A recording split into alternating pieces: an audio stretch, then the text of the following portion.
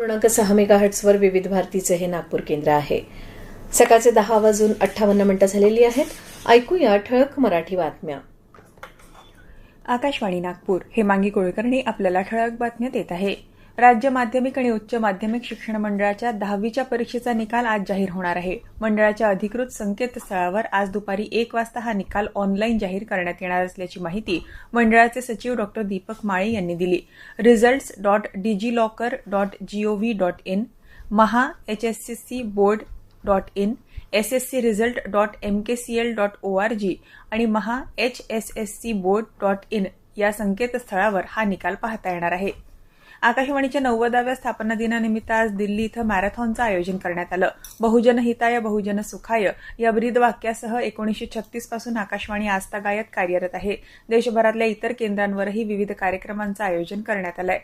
नागपूर महानगरपालिकेच्या वतीनं महाराष्ट्र शासनाच्या विशेष अनुदानातून प्रभाग क्रमांक 12 अंतर्गत अमरावती रोड ते आंतरराष्ट्रीय कृषी कन्व्हेन्शन सेंटर तसंच वायुसेना गेट ते दाभा रिंग रोडपर्यंत सिमेंट रस्त्याच्या कामाचं भूमिपूजन केंद्रीय मंत्री नितीन गडकरी यांच्या हस्ते काल करण्यात आलं. यावेळी लोकप्रतिनिधींसह विविध विभागांचे वरिष्ठ अधिकारी मोठ्या संख्येनं उपस्थित होते. अकोला जिल्ह्यातील बार्शी टाकळी तालुक्यात कोथळी बुद्रुक इथं नवरदेवाच्या मिरवणुकीदरम्यान फटाक्यांमुळे सजवलेल्या कारला भीषण आग लागली. मिरवणुकीत आतिषबाजीसाठी गाडीत ठेवलेल्या फटाक्यांनी अचानक पेट घेतल्यानं काही क्षणात संपूर्ण गाडी जळून खाक झाली. सुदैवानं आग लागल्यानं कुठलीही जीवितहानी झाली नाही.